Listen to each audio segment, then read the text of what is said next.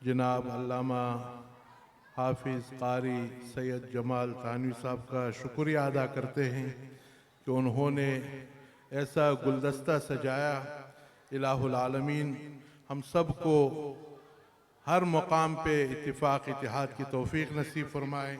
अल्लाहुम्मा सल्लि अला सय्यिदिना व मौलाना मुहम्मद व अला आलि सय्यिदिना व मौलाना मुहम्मद अफ़ज़ल सलवातिका बिअदद मालूमातिका व बारिक वसल्लिम या अरहमर राहिमीन या अरहमर राहिमीन या अरहमर राहिमीन। इस बाबरकत महफिल को अपने बारगाह में कबूल फरमा। इलाहुल आलमीन जितने दोस्त अहबाब ने शिरकत फरमाया इनके तमाम जायज़ हाजात को पूरा फरमा।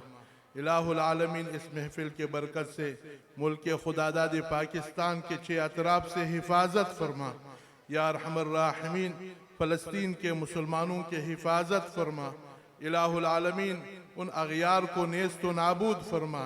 या अरहमर राहिमीन कश्मीर को या अरहमर राहिमीन फ़तह याबी नसीब फरमा। या अरहमर राहिमीन हम सब के तमाम ख़ताओं को मुआफ़ फरमा। ईमान के साथ ज़िंदगी नसीब फरमा, ईमान पे मौत नसीब फरमा बिरहमतिक या अरहमर राहिमीन।